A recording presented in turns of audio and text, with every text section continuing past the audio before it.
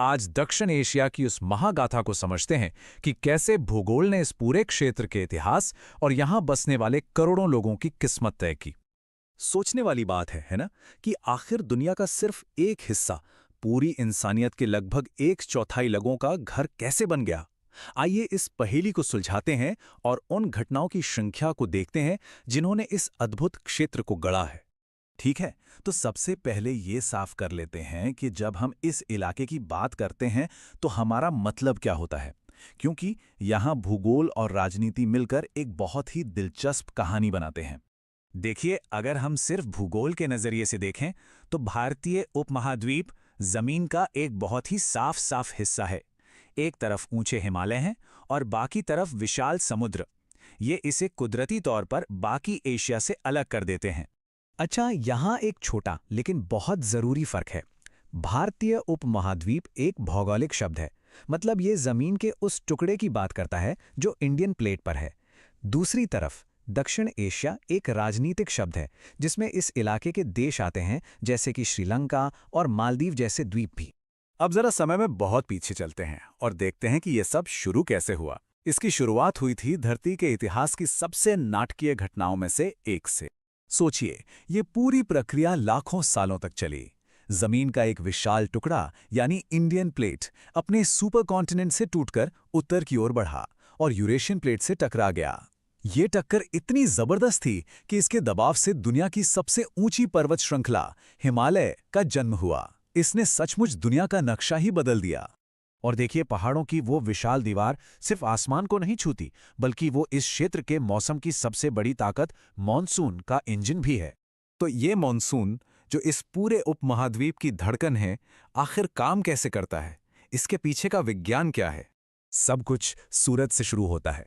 गर्मियों में जब रेगिस्तान और मैदानों की जमीन भट्टी की तरह तपती है तो वहां एक बहुत बड़ा लो प्रेशर जोन यानी कम दबाव का क्षेत्र बन जाता है। अब कुदरत का नियम है कि वो खाली जगह को भरती है। तो जैसे ही गर्म हवा ऊपर उठती है, हिंद महासागर से ठंडी नमी से लदी हवाएं उस खाली जगह को भरने के लिए दौड़ पड़ती हैं। और यही हिमालय अपना जादू दिखाता है। वो एक विशाल दीवार बनकर इन नम हवाओं को रोक लेता है, उन्हें ऊपर उठने पर मजबूर करता है। और जैसे ही ये हवाएं ठंडी होती हैं, वो अपनी सारी नमी मूसलाधार बारिश के रूप में बरसा देती हैं। और इसका असर देखिए कितना जबरदस्त है। पहाड़ों के एक तरफ जहां हवा टकराती है, वहां दुनिया की कुछ सबसे ज्यादा बारिश वाली जगहें हैं, और दूसरी तरफ बिल्कुल सूखे इलाके। प्रकृति का ये संतुलन वाकई कमाल का है। तो वो सारी बर्फ जो पहाड़ों पर है और मॉनसून की वो सारी बारिश, उसे कहीं तो जाना होता है ना? यहीं से जन्म होता है उन महान नदियों का जो इस पूरे इलाके के लिए जीवन की धमनियों जैसी हैं। सिंधु, गंगा और ब्रह्मपुत्र, ये तीन विशाल नदी प्रणालियां जो तिब्बत के पठार और हिमालय से निकलती हैं, इस क्षेत्र के परिदृश्य और इतिहास को परिभाषित करती हैं।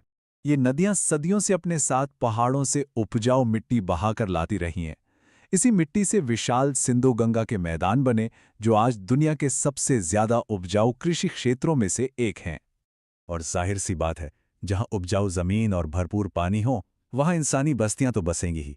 यहीं से ये क्षेत्र मानव सभ्यता का एक बड़ा केंद्र बन गया। यहां मानव बस्तियों का पैमाना समझना भी मुश्किल है। आज यहां लगभग 1.9 अरब यानी करीब करीब 2 अरब लोग रहते हैं। सोचिए, धरती पर मौजूद हर 4 में से एक इंसान यहीं का है।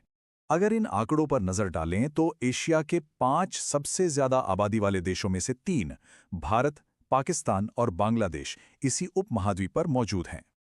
लेकिन सिर्फ कुल संख्या ही पूरी कहानी नहीं बताती। जनसंख्या घनत्व देखिए। बांग्लादेश में हर वर्ग किलोमीटर में 1100 से ज्यादा लोग रहते हैं, जबकि मंगोलिया में सिर्फ 2। ये जबरदस्त अंतर हमें दिखाता है कि इस क्षेत्र के उपजाऊ नदी मैदानों में जीवन कितना घना बसा हुआ है। और ये सब हमें एक बहुत ही अहम सवाल पर लाके खड़ा कर देता है। जैसे जैसे दुनिया का मौसम बदल रहा है, क्या जमीन, पानी और लगभग 2 अरब लोगों के बीच का ये सदियों पुराना संतुलन कायम रह पाएगा? ये एक ऐसा सवाल है जो इस क्षेत्र के भूवैज्ञानिक अतीत को हमारे ग्रह के चुनौतीपूर्ण भविष्य से जोड़ता है।